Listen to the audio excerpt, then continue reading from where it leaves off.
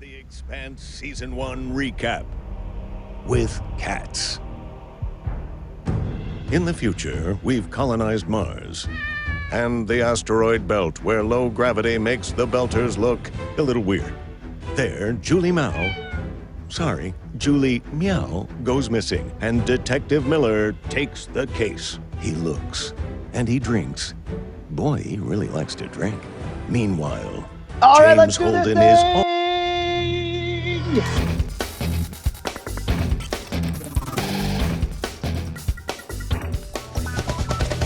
Welcome to Cordkillers, our mission to report the intel from the front lines of the cord-cutting revolution so you, my friends, have the information you need to be able to watch what you want, when you want, where you want, on whatever device you want. I'm Tom Merritt. He's Brian Brushwood. He wants to watch it with cats.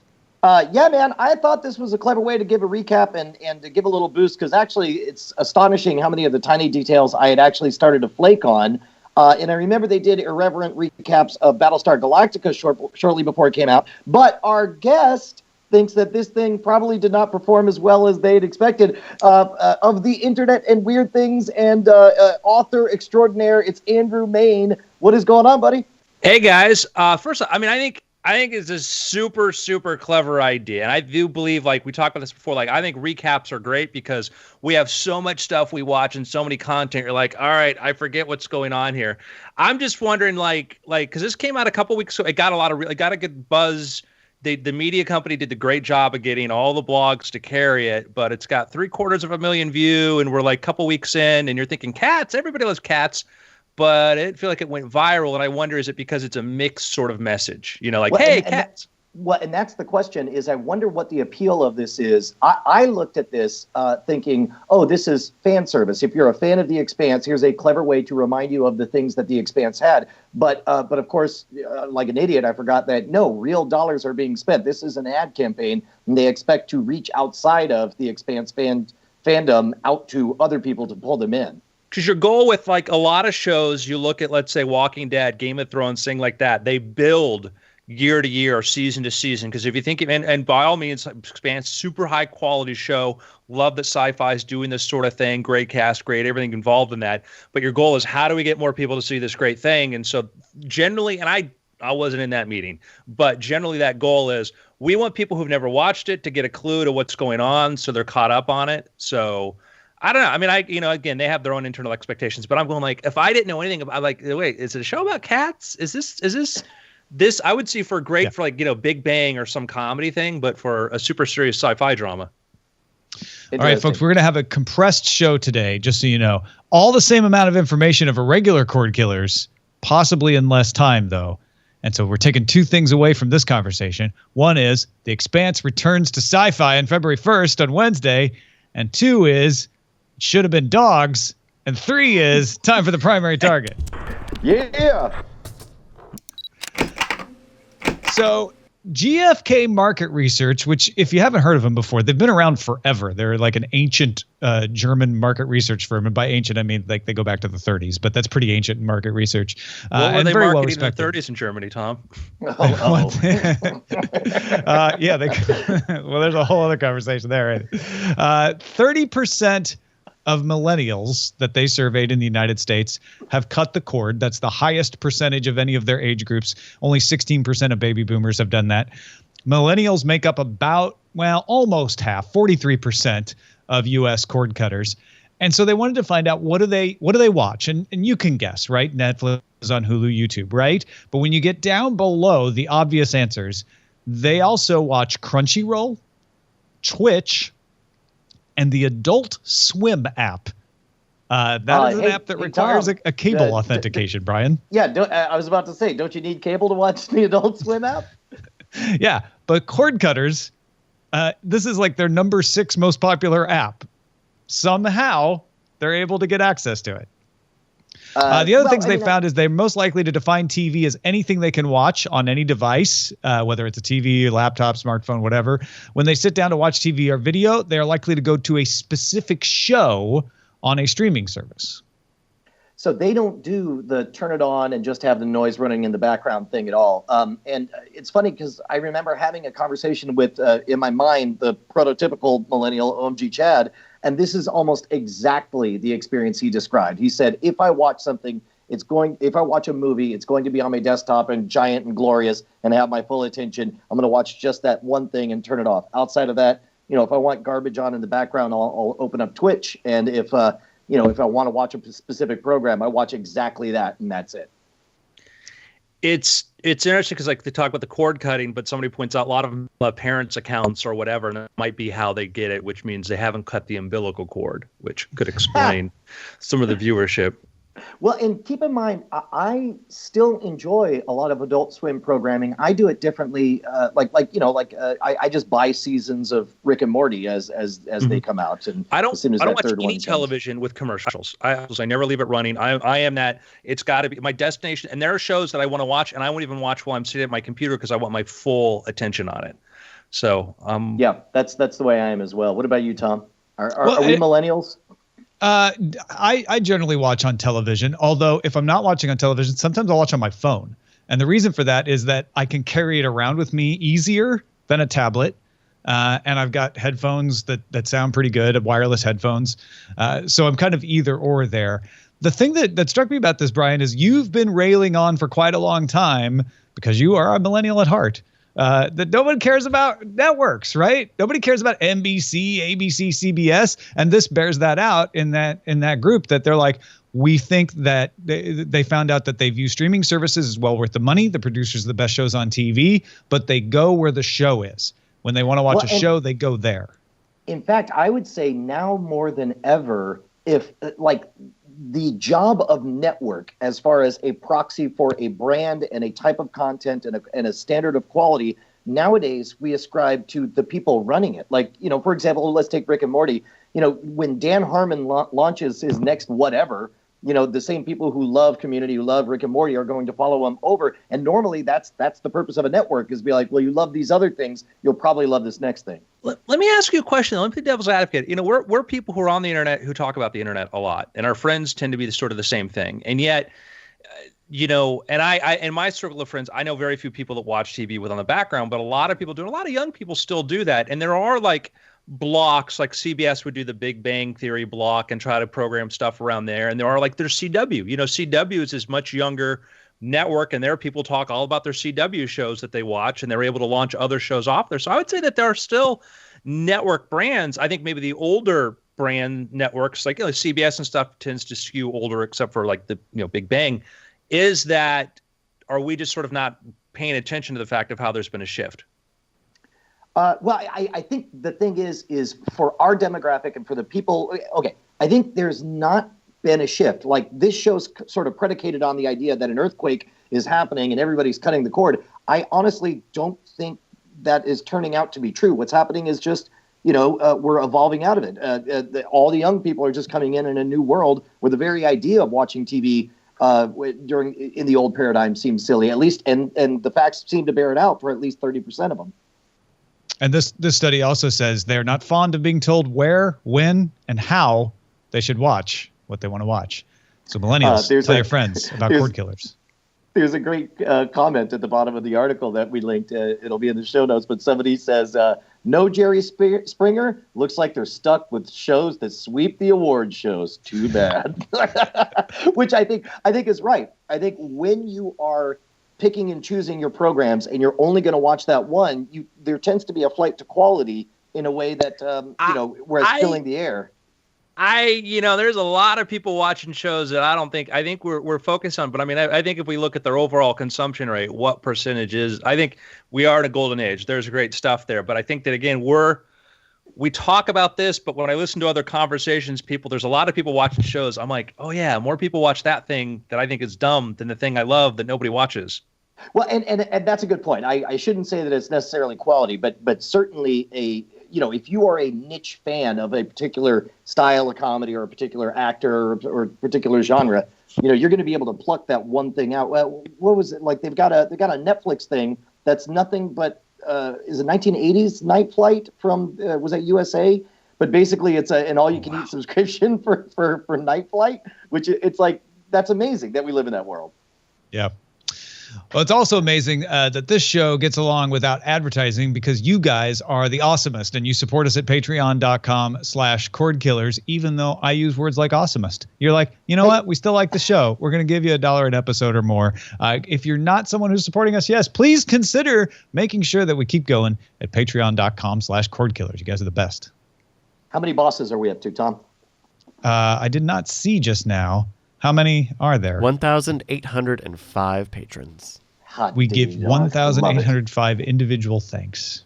Patreon.com/Cordkillers. And not one more. Now it's time for How to Watch. So, drips and drabs, Apple's single sign-on feature has been improving as they add more services to it. So I figured it was time to check in on this. If you don't remember, Apple's single sign-on works like this. You sign in once in the Apple app, and then it will automatically sign you in to participating services. So let's say you've got Comcast. You sign in with your Comcast ID on Apple TV, and it'll say, we'll take it from here. Now, it requires both sides of the relationship to support it, which is why it's not working great yet. Your video provider, your cable company, your satellite provider, over-the-top providers like Sling are part of it, must allow support of single sign-on. So if you're a PlayStation Vue subscriber, this ain't going to work for you. And you have to support authenticating through the network apps. So yes, Sling TV works with this, but Sling TV may not support the particular app that you're looking for. And then the network app must allow single sign-on as well. So even if Sling TV, say, is available for the Sci-Fi app, if the Sci-Fi app were to say, we're not part of single sign-in, then it wouldn't work. Thankfully, there are a ton of network apps that are part of single sign-on. That's usually less likely the problem. You've got Sci-Fi, you've got NBC, ABC, Disney, A&E, ESPN is in there. The providers is where the holdup is. You don't have Comcast. You don't have Spectrum, the combined Charter, Charter Time Warner. You don't have Cablevision. You have Sling TV, Hotwire, Metrocast. You do have DirecTV and Dish, though. And of course, we mentioned before Netflix, noticeably absent or partially. Well, no, this is single sign-on. This is an entirely different thing than that. Netflix is not part of the television app. That's what you're thinking of, and that's where it will just tell you like, here's the show. You don't have to know what services it's on. Single sign-on is I'm signing in to HBO. Like HBO Go is part of this. HBO Now is not part of it, and so you have to sign into each one of the individual apps separately. Hey, Andrew, have you messed around? Do you have the new Apple TV? Have you played with this at all? I do. And? You've got that coy Andrew grin for the audio listeners. I think the single sign-on's great, but of course, anytime we now have to go to a matrix to go, do I have Now? Do I have Go? Do I have this? And like, I was excited because like, oh, do you want to sign in? And all of a sudden my iPad buzzes and I can use my iPad to type in my password because, doing it on an Apple TV is something the Viet Cong invented in the late 60s to torture our GIs. I was excited that, I can use my phone, and I'm like, great, I did it. Picked up my phone again. Hey, your keyboard. Use your keyboard. I'm like, this is weird. I already did that. Click clear. Notification kept coming up on my iPad. I had to turn off the keyboard notifications on all of my devices because for some reason I can't. I've been trying to get to the heart of this glitch. Some people have been affected by this thing where now Apple TV was a beautiful, wonderful idea 5 years ago. And this way of bringing everything together, and the way that we have now is probably not what they intended in a single sign-on. It's a great idea, but I don't know when. And I opened up the Apple TV app, which is a kind of I just ignored it at first because I was so frustrated. And then I'm going in there. I'm like, it's kind of cool, but yeah, there's no Netflix in here, and that's like the bulk of what I got. And it has this neat little recommendation thing and stuff. But it was a simpler time when that first Apple TV came out, Andrew. Yeah. If you could hack it, it had storage, you knew what was up. This is the problem with the Apple TV. It's like got all the right ideas and none of the execution. Single sign-on is great. If I'm like, hey, I'm a Sling TV subscriber, I'm going to sign in and I'll be able to take advantage of the apps for all the channels that I subscribe to, except you can't. And again, it's that same thing. Brian, you were talking about the Netflix thing, which is a different but similar problem. I have to think about, okay, which services are supported by the TV app? Which services are supported by single sign-on? These are supposed to take that away from me. Bad enough that there's no like Amazon Prime, that they haven't been able to get over their battle against that. And it's like, it's a great idea. Like AirDrop. I can't wait for AirDrop to be an actual real thing that works instead of a little icon that antagonizes me, Yeah, well, and that's the problem is the impulse, and I think you exactly nailed it, Tom, is the impulse is 100% correct. When it comes to remembering individual passwords and individual accounts, I've now reached the point where I don't even try, if it doesn't autocomplete with Chrome or whatever, I don't even try to remember the password or guess what it is, because I know how this ends. It ends with 4 or 5 tries and it locking me out and me having to say I forgot my password and then just get the email and get a new one. So now the moment I'm like, oh, I have to know a password, I'm like, let's just say I forgot it. Which, of course, is not the intention of having a password. Having a password is supposed to be something in your head that gets you in quickly and easily, and it's none of the above. Now, to solve it, this is a great idea in theory, but by launching incompletely, it really changes nothing because you still have to remember which services are and are not covered and all that stuff. And that's the same both for the TV app and for the single sign-on. All right. Well, the reason we go through all this pain and agony, trying all these different things, is we want to watch stuff. So let's talk about what to watch in our Under Surveillance segment. Like real estate, it's all about location. Under surveillance. Now, for years now, Brian Brushwood has been touting the advantages of watching The Leftovers. And after season 2, I had to admit he was right. Final season is coming. First teaser came out. Brian, did you watch it? I didn't get the chance to watch it, so you'll have to talk me through it. Although the visuals I'm seeing look pretty badass right now. It's pretty much just visuals of like, oh, okay, she's still in it, he's still in it. Where are they? It's hard to tell if they're in the same location or if they've moved farther on. We're definitely seeing a lot more of Australia in here, so that's an interesting piece of this. But I can't tell a lot from what's going on here. Yeah, do you think they're going to do a different title sequence again? Maybe, yes. Which is too bad because I really like where they ended up on the second one. Andrew, what did you think of The Leftovers? I never dipped. I read the interview. I mean, I know the book was based on, and I know it's not a fulfilling ending that doesn't go anywhere. And I was so bitter about Lost and the same people being involved in this. I'm like, no more. You're not doing this to me again. You're like The Leftovers. Not a Lindelof fan, huh? Yeah. The Leftovers is returning. Like fading endings. The Leftovers is returning on April 16th. Good news for Amazon fans. Amazon has approved a 4th season of Mozart in the Jungle coming in late 2017 and a 3rd season of Red Oaks, kind of one that's been going under the radar there. You started watching Mozart in the Jungle, right, Tom? I watched one episode of it, yeah. And it didn't take you, I guess, or that was the thing. Like, I thought it was a great episode, and I was like, "This is really interesting. I want to get back and watch another." And in this competitive world for people's attention, I never prioritized that to go back to. Man, that is the weird thing, isn't it? I watched all season 1 of Red Oaks and I enjoyed it. I dug that kind of the take on sort of the nostalgic thing. And there's been kind of a few things, sort of the summer, sort of like Wet Hot American Summer had their own sort of summer camp kind of thing, and this is some more serious take. But I found it enjoyable. I kind of liked it. Kind of reminded me of Adventureland, Yeah. Did you ever go back to season 2 then, or no? Not yet. When did season 2 come out?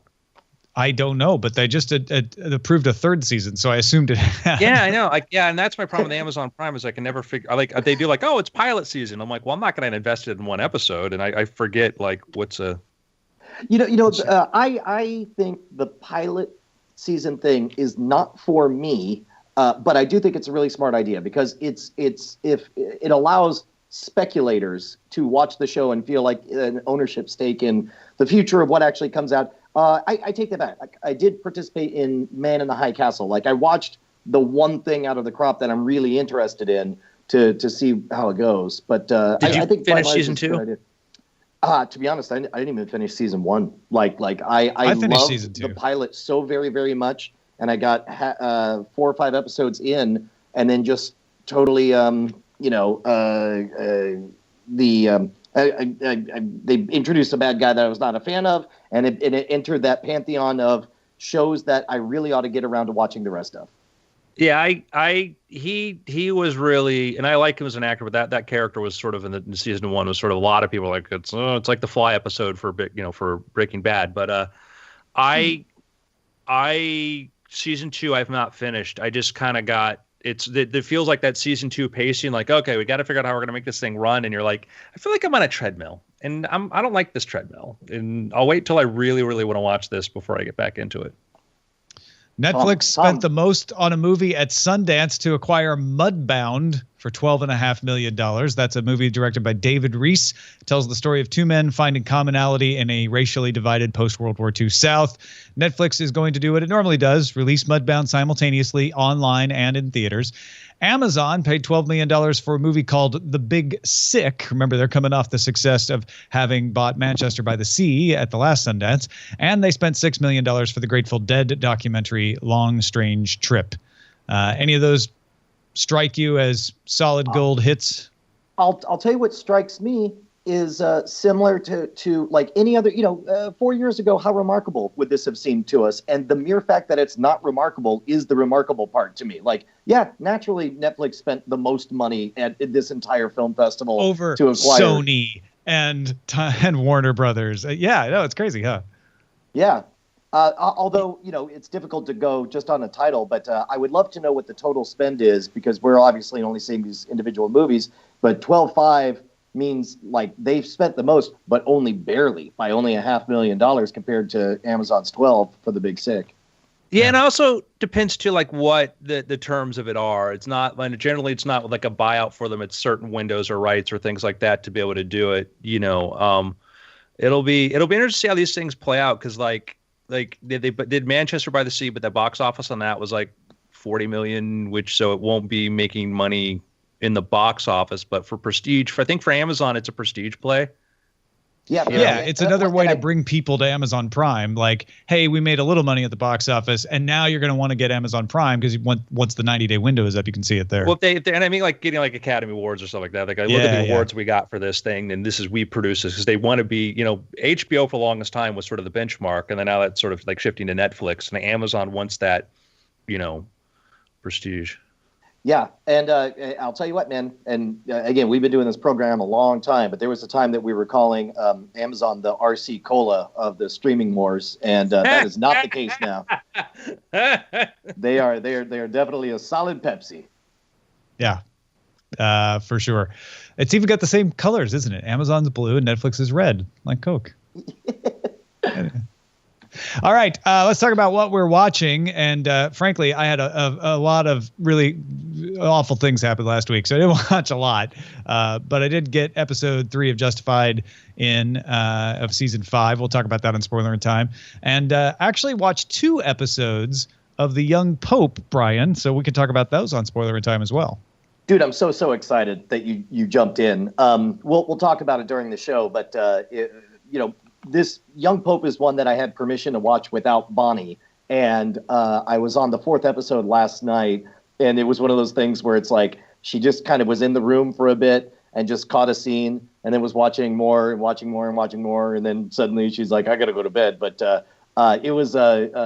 it's one of those visually arresting pieces that each set piece kind of tells its own story standalone on its own. I had the same experience with Eileen, where she was watching part of episode 2 with me just because she was in the room, and I caught her looking at the screen and going, whoa, what's that about? And then asking me questions, and here's what they set up in episode 1, et cetera, et cetera. Now, Andrew, I know you've only watched 1 episode of this, and it didn't hold your interest. I love Jude Law and Diane Keaton, and it's a great cast. I got to the end of it, and it was sort of like, how for me it's like, all right, this is how sensational we're going to be. Like, yeah, all right, that's not, I'm not really drawn into that kind of, okay.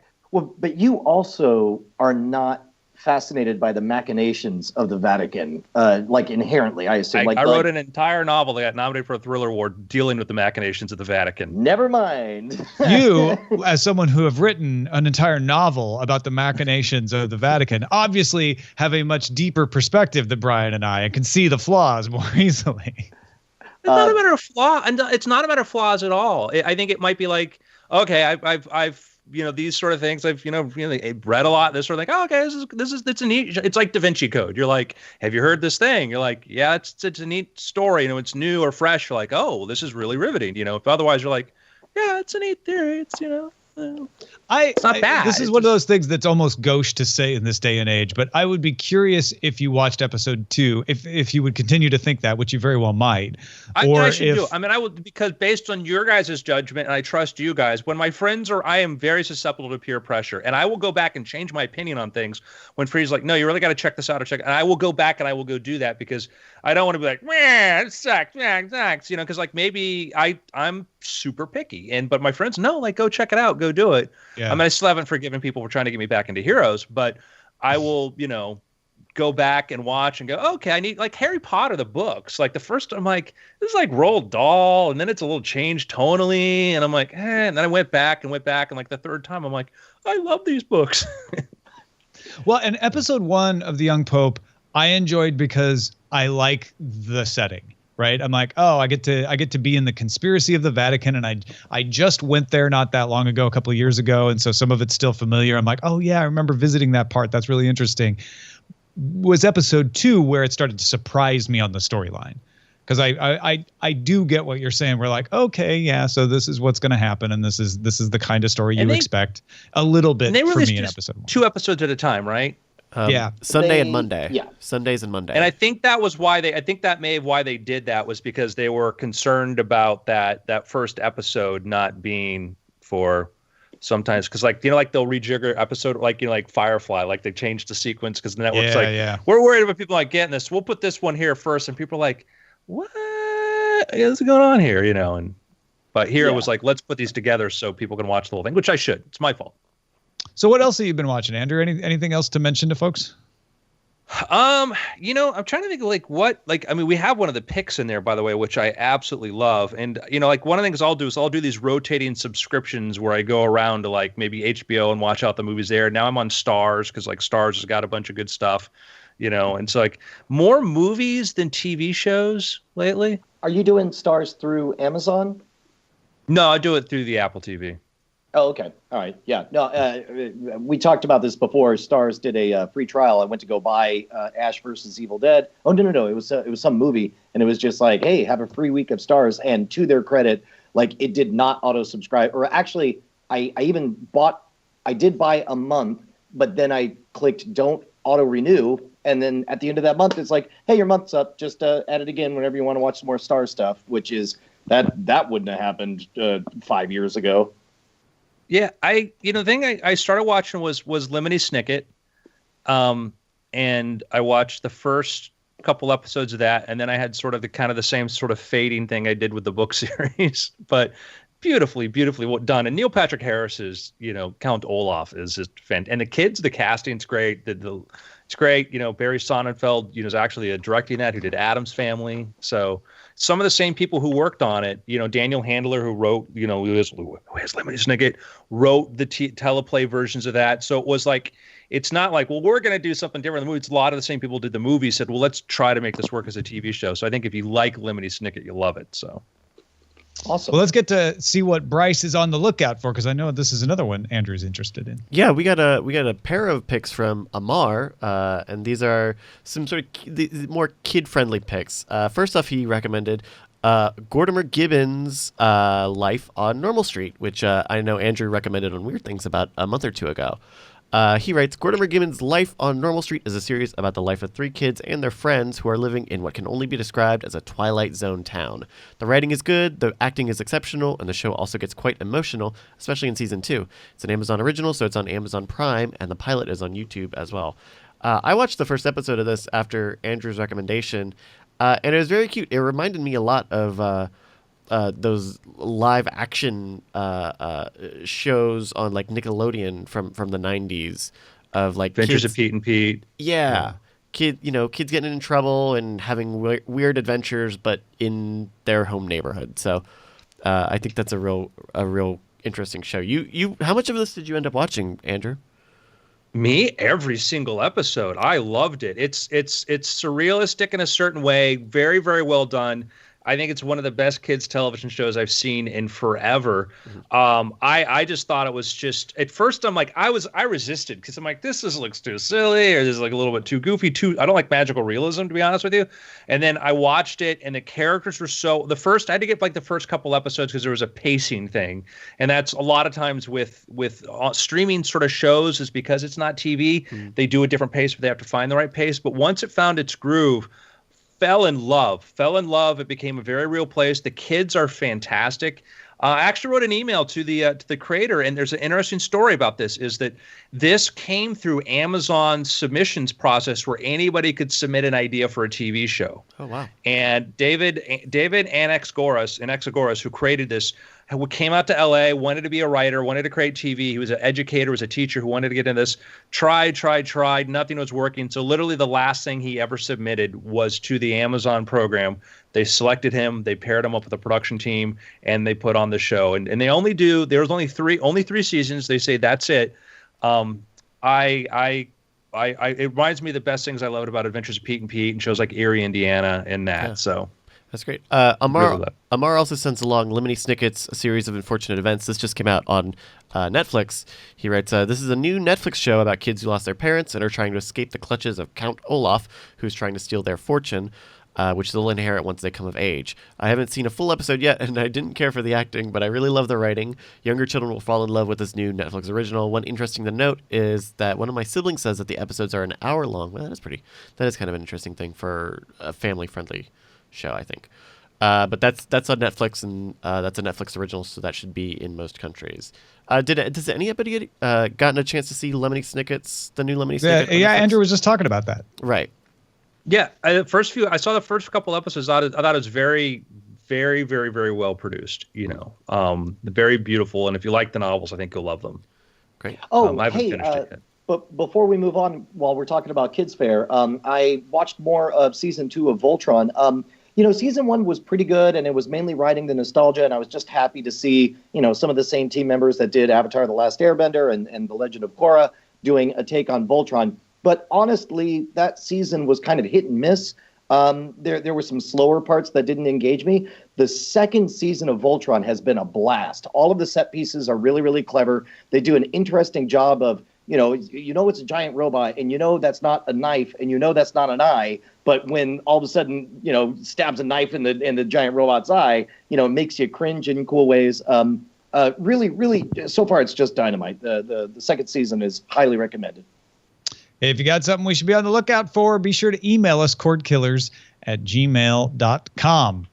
All right, Brian, why are you in a different location? And does this have anything to do with the Scam Stuff store? No, it doesn't. I'm doing another project with Justin Robert Young. We are in an undisclosed location and I'm shooting all this week. It'll be a lot of fun. We'll get you details when we can. But in the meantime, what you can watch is The Modern Rogue. I am so, so proud of how this show's come along. Bryce and Brant have just killed it on the production side. Jason Murphy has gotten so, so good on camera because he mainly was playing a supporting role on hacking the system. But he has really been on point on this whole series. And if you just want to jump in anywhere or rewatch stuff, just go to tv.themodernrogue.com and it'll just drop you right in the middle of the episode, and they'll keep on playing them in a randomized order. It's a lot of fun. It's like our own TV station. Hey, Bryce, do you have an estimate on how many hours of content we have on the Modern Rogue channel now? No. I have no idea. Okay. I think we're up to like 6 or 7, 8 hours now. But yeah, it's like a full season. If people are asking for a second season of hacking the system, congratulations. This is it. I love it, and you're going to love it too. All right, let us march right on into the front lines. Front lines.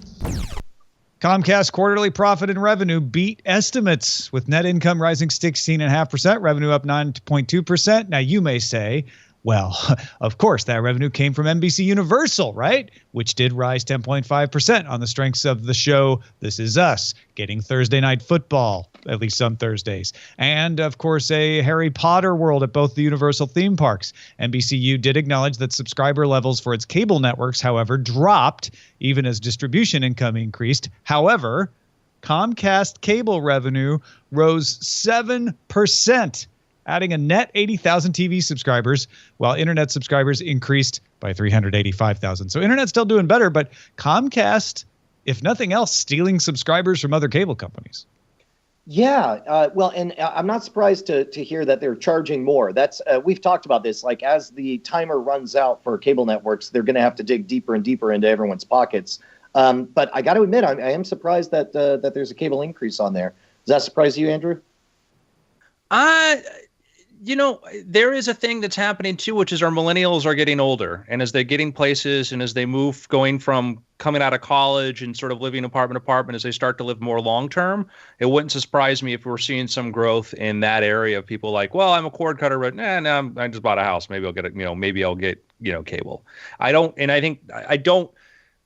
This millennial fascination is sort of interesting because we keep trying to study their habits and stuff, but also they're not a fixed species. They evolve and they change over time. There was Generation Y, these kids growing up with the internet, and now there's a sort of, and it is weird, to have conversations with kids that, you talk to an 11-year-old, there was always a YouTube, and there was always this thing. And then you have this, I get in these meetings and people are like, oh, kids don't do email anymore. They don't do email. I'm like, they will when they get out of college because they'll need a job. And you talk like, I don't need a cord, I don't need cable, I don't need this. But then when you get a job that has an income and you have in a place, you're like, maybe I will get a cable package, Yeah.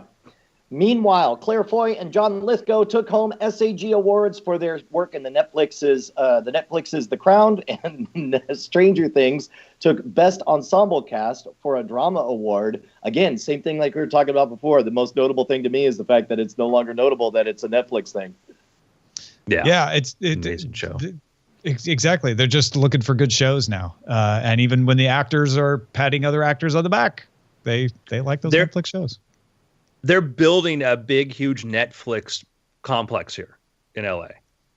Like, oh, really?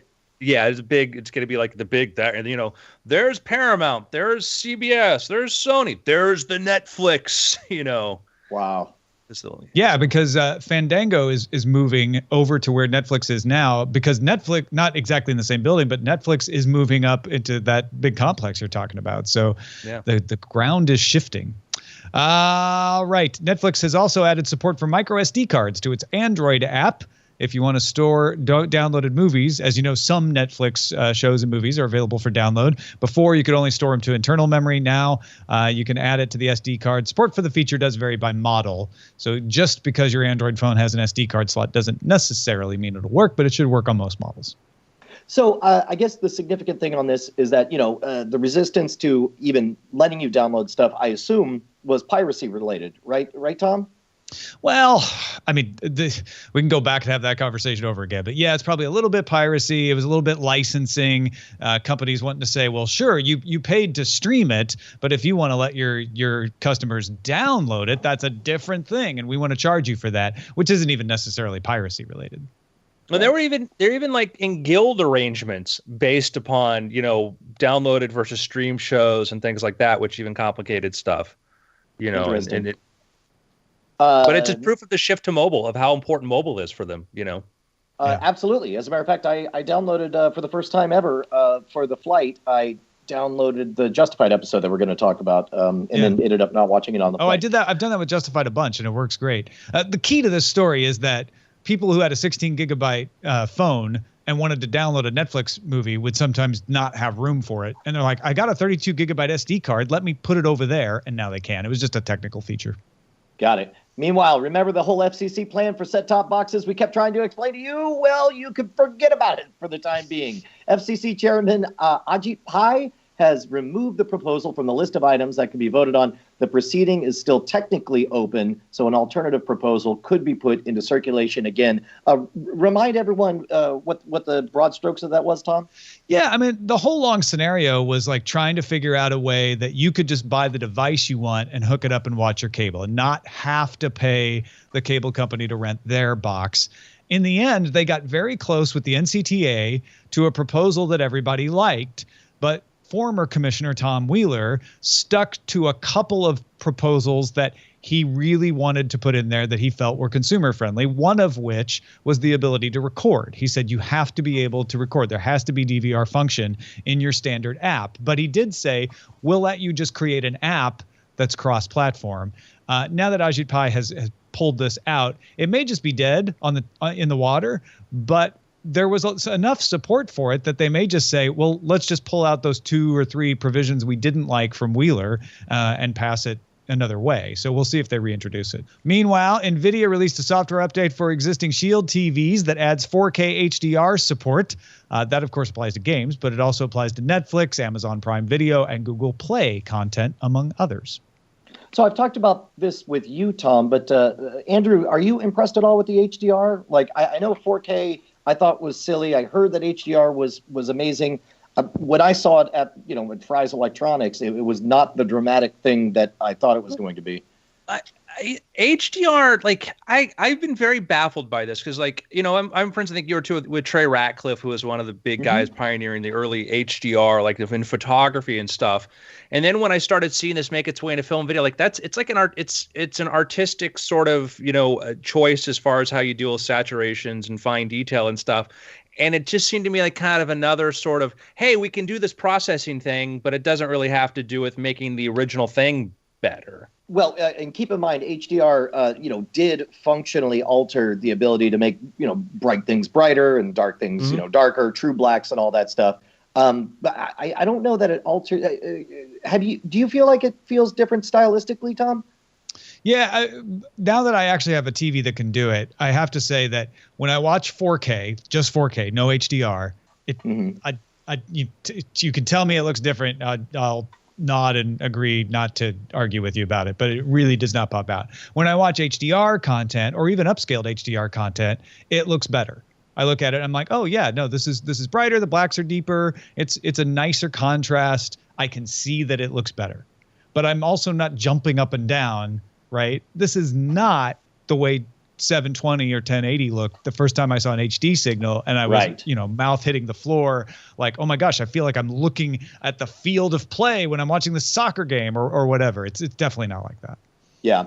Meanwhile, Sky TV announced that starting in 2018, Europeans will be able to subscribe to the service without needing a satellite dish installed.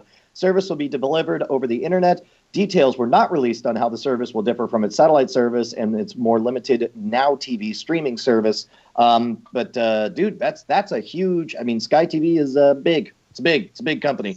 Well, and it's a great way to get in urban areas where the satellite signal is hard to get, and countries and rural areas where the satellite signal just doesn't reach in Europe, and say we're able to operate all over Europe. We're going to do it now because more people have access to high speed enough internet to get us than have access to our satellite signal, or at least it helps us fill in some gaps. Mm-hmm. All right, let's move on to some dispatches from the front.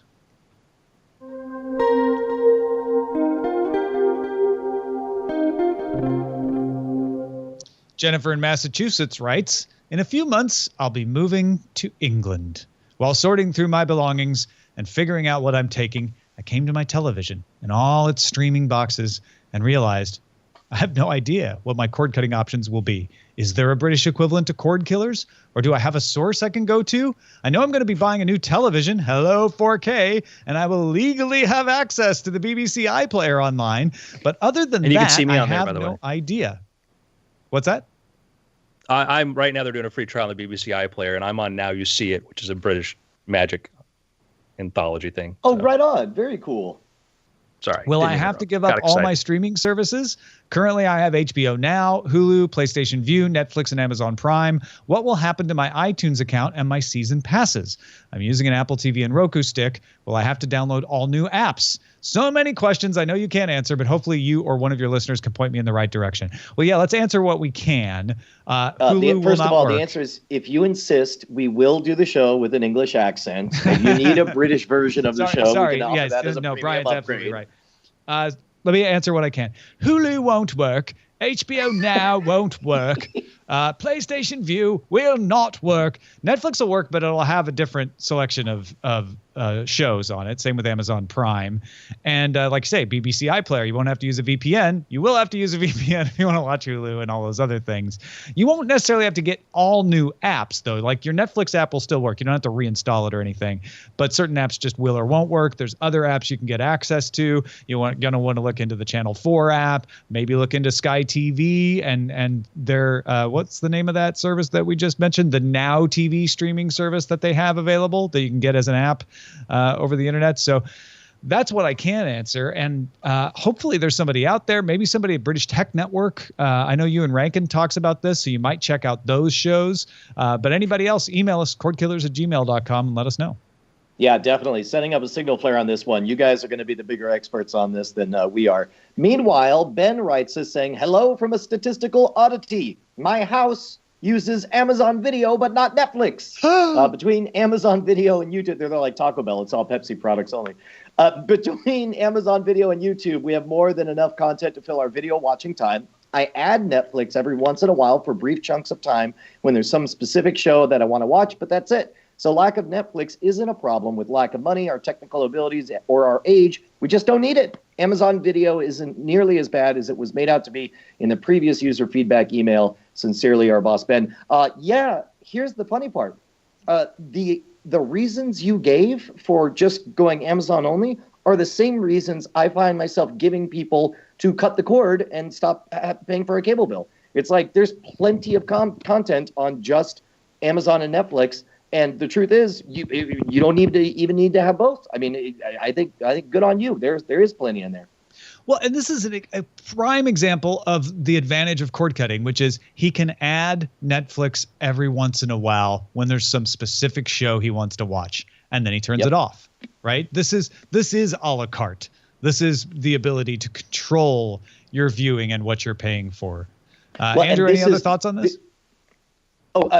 Real quick, Andrew. I'm gonna butt in and finish. My advice to everyone for cutting the cord and for all of this is just cancel everything and give yourself permission to re-add anything the moment you want it, and then you can always go to take it off again. I encourage, like, you know, the beautiful thing about doing it through apps is it's very easy to cancel. It's not like calling up a cable company and we have that aversion to, or, you know, like just user hostile. It is. It's even got easier. So it's easy. I encourage people, like, go subscribe to one of these channels, watch a bunch of stuff, and then if you're bored with what they have, unsubscribe or cancel. And I'll tell you why you need to do that. It will improve the overall quality too, because if they're doing really good subscription rates and they're buying a bunch of garbage stuff that doesn't really suit you, don't give them your money. That's a good point. Absolutely. Just occurred to me, Big Jim pointed out in the chat room, there's a podcast I love hosted by Nate Langston and Ian Morris called Tech's Message at techpodcast.uk. They talk a lot about television watching on that. It's not the only thing they talk about, but there's another UK resource for you.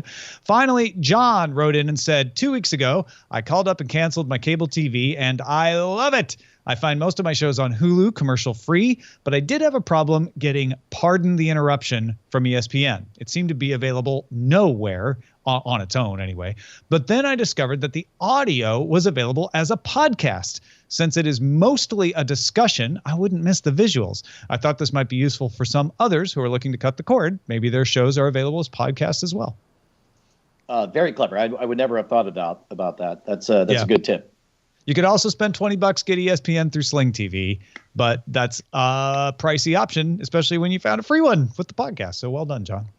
That's it for this episode of Cord Killers. As I said, all packed full of information. Andrew Mayne, thank you for joining us, man. Thank you, guys. Thank you for having me. What have you got going on to tell folks about? Yeah. Wait, all I have to say, gentlemen, is I got a brand new book out called Orbital. There's a sequel to my book, Station Breaker. It's available now. And any of those magicians out there, I've got a new magic book coming out called Illusion XX, which is a big, huge book. And I just broke my arm. I'm kidding. And then the sequel to Jessica Blackwood. All right. If you got any, all right. Plug time. Audible. March. Third installment of the Jessica Blackwood series, Blackfall, will be available. You can pre-order now on Audible, so that'll come out. If you guys haven't read any of the Jessica Blackwood novels, starting with Angel Killer, man, do I love them. It's the only time I've seen magic and illusion integrated into a thriller environment in a way that is accurate and makes sense. And she talks the way that an illusionist really would, because, it was written by an illusionist. Go look up Andrew Mayne. Find all these books at Amazon.com or elsewhere. And AndrewMayne.com, I would assume, right? That is correct. AndrewMayne.com. Oh, look at that. Fancy plugs. Fresh Doing a off lot of of standing by the Periscope highway sessions, with guys. that. It's been learning. Hey, thanks everybody for watching. Our website is cordkillers.com. Our email address is cordkillers@gmail.com. We're live on diamondclub.tv, Mondays at 7 p.m. Eastern, 4 p.m. Pacific, except for days like today when we have to go early. We'll talk to you next time. Hey guys, Tom and Brian here. We just wanted to say thank you to all of our $5 patrons who keep us loud, live, and independent. You guys make Cordkillers the production that it is. Your name appears in the video credits and appears in our hearts. And if you'd like to become one of them or see who they are, you can go to patreon.com/Cordkillers. You'll need to do more than just go there, though. You'll have to sign up and, pledge an amount. But unless you just want to see who they are. Well, I mean, you could gawk. That's a little creepy, isn't it? If you want to be a gawker, Let's go. it's up to you. Diamond Club hopes you have enjoyed this program.